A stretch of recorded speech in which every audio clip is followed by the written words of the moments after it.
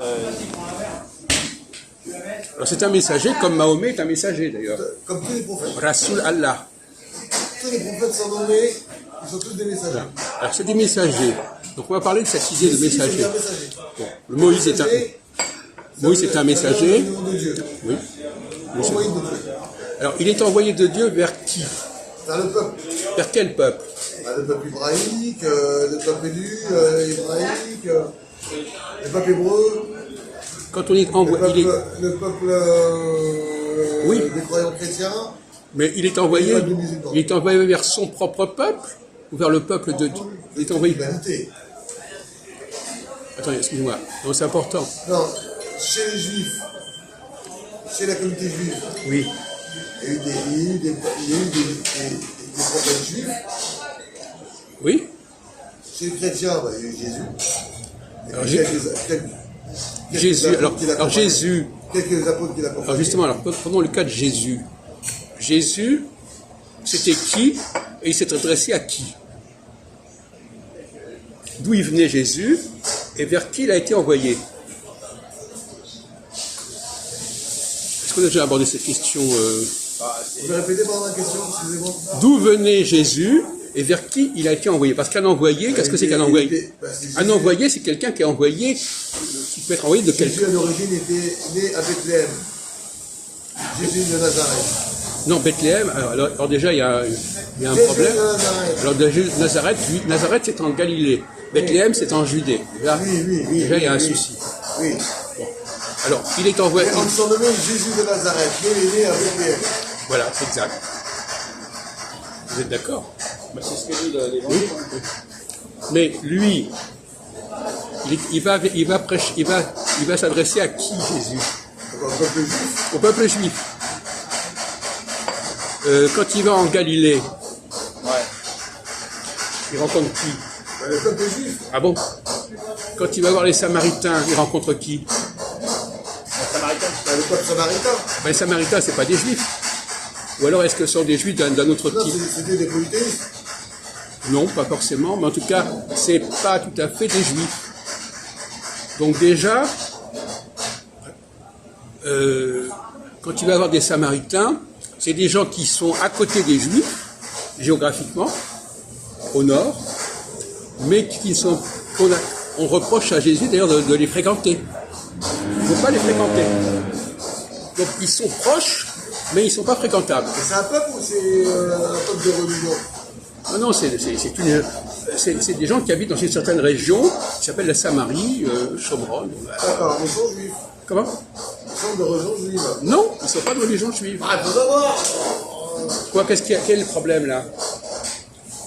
On vient de vous le dire. Ils sont proches des Juifs, ils sont proches de la Judée, mais ils n'en font pas partie. Mais lui, le peuple de Jésus s'adressait au peuple juif. Non, il s'adresse. Attendez. Non, c'est la question qui se pose, mon cher Mousse. Est-ce qu'il s'adressait au peuple juif? Pourquoi faire? Est-ce que vous connaissez la formule qu'il a dite? Que dit la Torah? En tous les cas, des Juifs l'écoutaient parce que sinon ils l'auraient pas La Torah, elle ne parle pas de Si Jésus. ce n'était pas adressé à des Juifs, ils n'auraient pas crucifié. Si vraiment ils n'avaient pas un problème avec lui. Pardon? L'autorité juive n'aurait pas eu de problème avec lui. Si ça s'était adressé à notre peuple, ils n'auraient pas eu de problème. Ils l'auraient laissé tranquille. Ah. Sauf que, ils aimaient peut-être pas qu'il aille fréquenter les Samaritains. Il aimait peut-être pas de voir Jésus vouloir rapprocher les Samaritains des Juifs. En tous les cas, quand le grand prêtre l'interroge, il l'interroge sur la religion juive. Hein. Et apparemment, le Christ, il est dans le temple à 11 ans et il parle avec les rabbins. Donc il est quand même proche de cette religion. Oui, mais il est quand même venu, il a dit, je suis venu pour les brebis perdues de la maison d'Israël. Ouais. Les brebis perdues de la maison d'Israël, Les égarés. bon, c'est pas des Juifs. C'est parce que pourquoi le royaume d'Israël, vous avez entendu parler du royaume d'Israël? Oui. La maison d'Israël, c'est au nord. Roi David. Non. Le royaume d'Israël, c'est au nord, et le royaume de David, c'est au sud. Ah d'accord, pardon. Au cas où vous ne sauriez pas. Bon. Donc lui, il dit, moi je suis venu pour les gens du nord. Pourquoi? Parce que les gens du nord, ils sont rejetés. Alors on revient à la question du Messie. À quoi sert un Messie? À recadrer, à remettre de l'ordre. Alors, attendez, Attendez, un juif spirituel. on peut laisser la parole à une minute à notre ami Jean-Paul, quel que soit ce qu'il a à dire. Alors, bon, là, vous avez eu un certain nombre de choses qui ont été dites. Où est-ce que vous en êtes, vous-même, là-dessus? Alors, est-ce que le Messie, il est attendu par qui, pourquoi faire? Il est attendu par le peuple juif déjà, le Messie. Ils ont un Messie, le Messie, ils attendaient un Messie dans leur... Non, c'est les Israélites qui attendent un Messie. C'est pas le peuple juif qui attendait un Messie. Non. La Samaritaine, qu'est-ce qu'elle répond à Jésus? Tu es le Messie. Ouais, Ils attendent, eux qui ne sont pas juifs, ils attendent le Messie. Ils sont plusieurs à l'attendre, mais les juifs attendent le Messie. Non. Ils l'attendent encore. Alors, Non, mais attendez, faut pas être anachronique, on n'est pas en train, on parle aujourd'hui, on parle des juifs au temps de Jésus. Mais autant de Jésus comme aujourd'hui. Au temps de Jésus, ils ont, après la chute du temple, ils ont ils ont évolué dans leur religion. Bon, ils se sont retrouvés dans des situations critiques, et donc par conséquent, eux, ils étaient devenus dans la même situation que les autres, parce qu'ils étaient perdus. Mais au temps de Jésus, ils n'étaient pas dans cette situation. Donc il ne faut pas mélanger ce qu'on sait aujourd'hui, comment les gens sont devenus, et ce qu'ils étaient avant la destruction du temple. La destruction du temple, ça a été un traumatisme considérable. Mais tous les prophètes, c'est bien les prophètes d'Israël. Les Sarrasins qui jugeaient les Sarrasins. Pardon? C'est bien les prophètes d'Israël, les 12 prophètes et les 4... Non, c'est pas les prophètes d'Israël. Et Sarrasins. Les prophètes qui sont envoyés, ils interpellent Israël. Ils disent, Israël ne fait pas ceci, ne fait pas cela. Et ils sont bien issus du peuple juif. Non? Les prophètes, oui. Mais les prophètes, on vient de vous le dire, le type qui interpelle le peuple, il ne fait pas partie du peuple. Vous comprenez? Isaïe, Il est envoyé vers ces gens-là. Oui, mais il est bien né dans le peuple juif. Isaïe, Osée, tout ça, ils sont tous... Oui, mais il s'adresse aux Israélites. Écoute Israël. Oui, bah oui, parce qu'il s'adresse, écoute Israël, parce qu'il s'adresse à leur peuple, mais... Non! Mais vous le faites exprès. Il s'adresse à des gens qui ne sont pas juifs. Sans juifs. Et qui sont en rupture, qui sont des hérétiques. Ah. Voilà. Il s'adresse à des hérétiques qui ont rompu avec les juifs, hein, à la mort de Salomon, et qui pratiquent un culte un peu taré. Voilà. Qui est un culte qui est refusé par les juifs. Vous savez ça? Et c'est pour ça que les Samaritains, ils pratiquent une forme de judaïsme, mais qui n'est pas un vrai judaïsme, et ils sont excommuniés de ce point de vue-là. On ne veut pas les voir. Et quand Jésus va prêcher en Galilée, il va vers des gens qui sont complètement à l'extérieur du monde juif. Ils en font partie. Ils se réfèrent au monde juif, mais ils n'en font pas partie. Et ils ne sont pas reconnus. De même que les protestants ne sont pas les chrétiens, les catholiques. Et les chiites ne sont pas les... Quand il dit que les pharisiens sont une race de vipères, là, il leur dit, pourtant, faites ce qu'ils vous disent, ne faites pas ce qu'ils font. Donc, il fait bien référence au judaïsme traditionnel. La question est de savoir à qui il s'adresse. Il s'adresse à une population qui est mise à part. Voilà. Ça, c'est évident. C'est peut-être un parti pris, ça. Non. On lui dit même, qu'est-ce que tu vas faire avec ces gens-là? Qu'est-ce que tu vas fréquenter, ces gens-là? Pourquoi tu vas t'adresser à une Samaritaine? En tout cas, à travers l'histoire... Et cette Samaritaine... À travers l'histoire, que ce soit les Juifs ou les chrétiens, ils ont tous considéré que il s'adressait à eux, les Juifs l'ont rejeté, les autres l'ont accepté, mais ils ont tous considéré qu'il s'adressait à eux. Écoutez, ils ont peut-être... Vous savez, les conneries, ça dure considérablement, mais les historiens de l'époque savent très bien que c'est pas comme ça. Que les Juifs aient évolué dans ce sens, c'est possible. De l'autre côté, pour eux, Jésus, de toute façon, il compte pas spécialement, donc de toute façon, le problème ne se pose pas. Ah, apparemment, il bout dans une marmite d'excréments, d'après le Talmud, si j'ai bien compris. Bon, donc, mais ça, c'est après, là, c'est beaucoup plus tard, ça. C'est pas au temps de Jésus, ça. Alors, essayez de vous ressaisir un tout petit peu. Donc, et même dans le cas alors, dans le cas de Moïse, par exemple, on en a déjà parlé 100 fois. Et les Byzantins qu'ils ont fait dans l'histoire. Qu'est-ce qui nous sort des Byzantins tout d'un coup? C'est quoi? Les Byzantins. Les Sarrasins, les Byzantins. Quoi? Les Phéniciens. Je ne sais pas préciser votre pensée parce qu'on ne voit pas très bien l'intérêt de la question. Les Israélites, c'était des Phéniciens. Bon, d'accord. C'était des Phéniciens. D'accord. C'était des Byzantins. Byzantins. Vous savez d'où ça vient, Byzance? Vous savez où c'est, Byzance? Oui. C'est Constantinople. Bon, au cas où vous ne sauriez pas. C'était à Constantinople, ça, monsieur. Bon. Moïse, quand il est envoyé vers... Constantinople, c'est en Turquie. C'est Istanbul. Moïse, L'Empire ottoman. Moïse, quand il est envoyé dans les Hébreux, il n'est pas hébreu. C'était quoi pas? Il dit, Dieu lui dit, va vers ce peuple, va vers mon peuple. Bon. Mais ça, on n'arrive pas à vous le... Ça fait longtemps qu'on a discuté là-dessus, mais ça, vous n'arrivez pas à avancer là-dessus.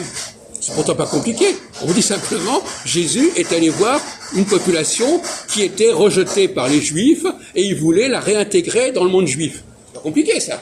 Et finalement, ça n'a pas marché, donc il a intégré l'humanité, c'est ça? Non. Alors, ça n'a pas marché. On lui a reproché.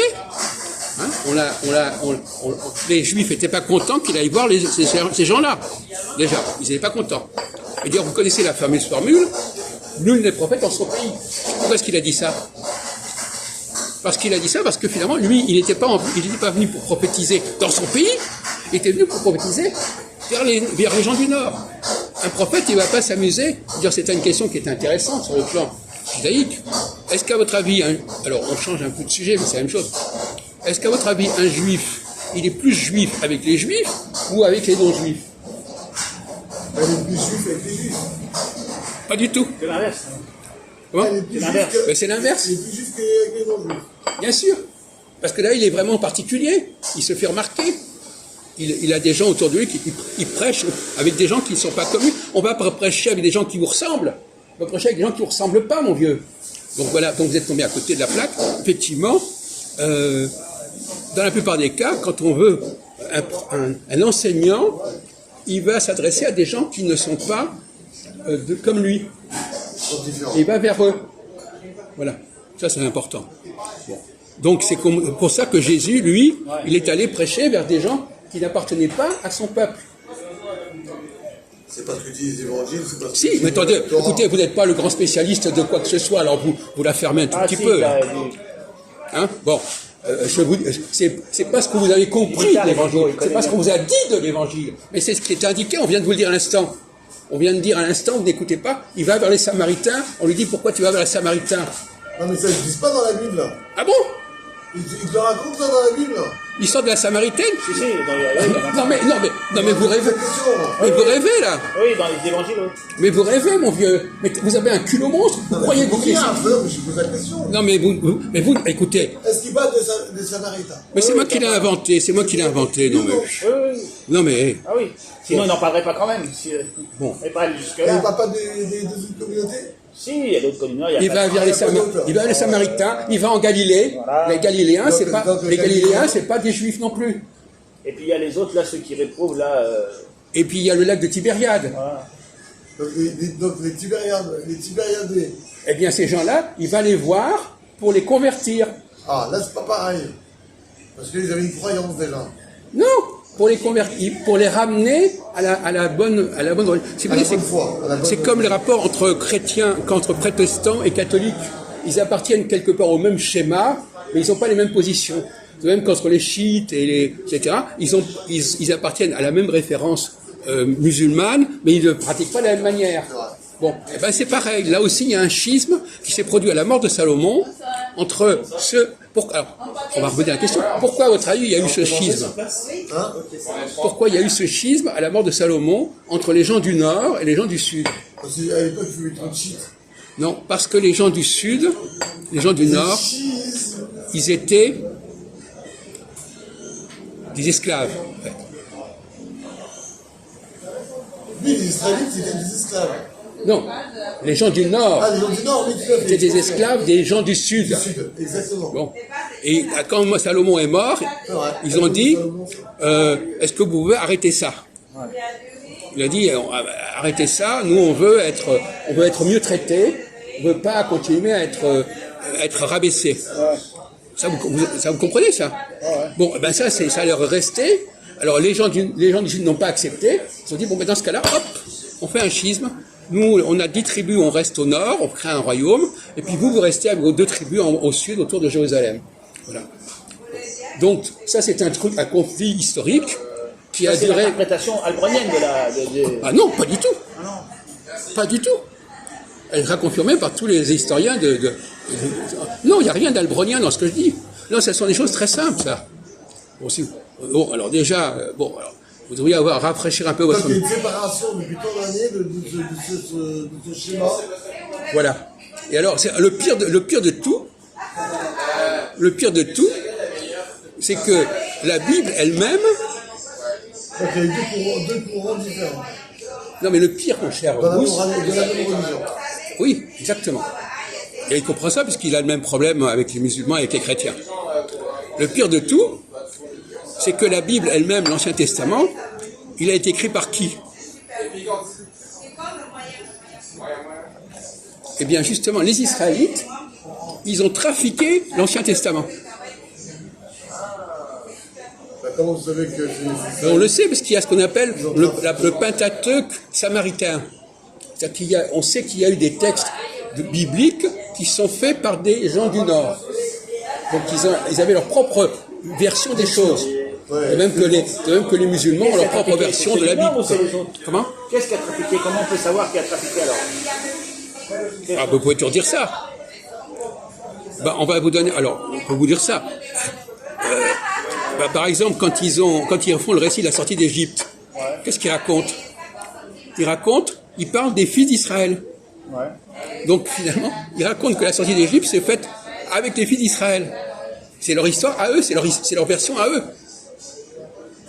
Et donc ils étaient aussi, eux, avec les fils d'Israël. Mais alors les fils d'Israël... Non, ils racontent ça. Ouais. Ils veulent faire croire que c'est ça qui est arrivé. Et quand Cyrus, le roi de Perse, est venu libérer les Juifs, dans Isaïe, il raconte qu'il est venu libérer les Israélites. Donc ils ont complètement trafiqué le texte biblique dans leur sens. Et le plus curieux, c'est que les Juifs eux-mêmes s'en sont pas rendus compte. Enfin, les Juifs qui sont venus après, ils s'en sont pas rendus compte. Donc actuellement, les Juifs, ils véhiculent... Alors, c'est pour ça que je vous dis, la confusion dont vous parlez actuellement, les Juifs eux-mêmes la font. Quand ils vont à la synagogue, ils disent « Écoute Israël », ils croient que Israël, c'est eux. Pas du tout. Donc vous avez des excuses, parce que de toute façon, les Juifs eux-mêmes sont dans la confusion. Alors pour nous résumer sur ce sujet, qu'on ne peut pas dire... Merci de votre participation, en tout cas. Alors lui, il croit que c'est moi qui invente ça. Bien sûr que vous n'avez qu'à interroger des historiens aux langues orientales ou à la Sorbonne, ils vous diront exactement la même chose. La seule chose qui est intéressante, c'est savoir, les chrétiens, à votre avis, ils descendent des Juifs ou des Israélites? Les chrétiens. Ils sont les héritiers des Juifs? Non, des Israélites. Ah non, Ils répondent toujours à côté de la plaque, c'est marrant. les chrétiens. Oui. Les chrétiens. Oui. Ils arrivent de Jésus. Eh bien, Jésus, il est allé vers les Israélites. Voilà. Je suis d'accord avec toi. Donc ils ont. À l'époque de l'église romaine catholique, ils ont tué Jésus, ils ont sacrifié Jésus. Écoutez, on vous demande si les chrétiens. C'était bien les Romains qui ont persécuté Jésus, qui ont tué Jésus. Vous comprenez, il y a eu deux histoires. Il y a eu deux histoires différentes. La communauté juive a vendu Jésus auprès des Romains. C'est vrai. Jésus est venu pour être le Messie des Israélites, et les chrétiens sont des gens qui ont épousé les positions de Jésus. Et comme Jésus était venu pour la maison, les brebis perdues de la maison d'Israël, donc finalement, il y a un lien entre les Israélites et les chrétiens. C'est pas compliqué à comprendre, ça, c'est même pas un problème. Non, mais il y a une différence entre le christianisme et le judaïsme. Qui vous dit le contraire? Attendez, on vous dit le contraire? On vous dit, qui est-ce qui a dit que c'était pareil? Attendez, il n'arrive pas à comprendre. On vous dit, Parce que vous dites que vous suivez pas là. vous dites que les Israélites sont des chrétiens. Les chrétiens sont descendants des Israélites. Mais je ne dis pas que les Juifs sont des Israélites. Non. Bon alors,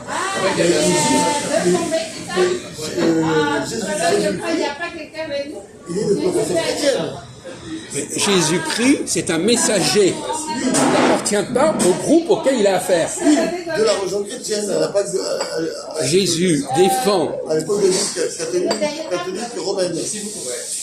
Attendez, oui, bon, oui, alors, où est le problème maintenant? Où est le problème? Parce que les Romains ils ont persécuté Jésus. Non, les Romains n'ont pas persécuté Jésus. Les Romains, ils dominaient la région, c'est tout. Ils en avaient rien à faire de Jésus, les Romains. C'est les Juifs. Ils l'ont attrapé. Ils l'ont attrapé parce qu'on leur avait demandé de l'attraper. Ah, voilà. Bon. Il a été exécuté. Mais il a été exécuté, comme disait, il a été exécuté parce qu'on reprochait à Jésus de se rapprocher des Samaritains et des gens du Nord. C'était des gens qu'il ne fallait pas fréquenter. Donc comme il les fréquentait, et même il voulait en être le chef, il voulait les diriger, c'est pour ça. Mais Jésus lui-même, il faut bien faire ça, il y a un truc que je ne sais pas, c'est parce qu'un prophète va vers un peuple qui appartient à ce peuple. Au contraire, justement, nous, les prophètes dans son pays, il est là justement pour avec. Jésus dit, je suis venu pour les brebis perdues de la maison d'Israël. Il n'est pas venu pour son propre peuple, parce que les Juifs, ils n'avaient rien à faire là-dedans. Pourquoi ils n'avaient rien à faire? Parce qu'un Messie, à quoi ça sert un Messie? Ça sert à sauver et à libérer les gens qui sont oppressés. Et quelles étaient les populations qui étaient oppressées? C'était les gens du Nord. Ils étaient oppressés parce qu'ils étaient des esclaves, parce qu'ils avaient été exploités par les gens du Sud, etc. Donc il est devenu le chef des esclaves, tu vois, le Spartacus. Bon. On va changer de sujet.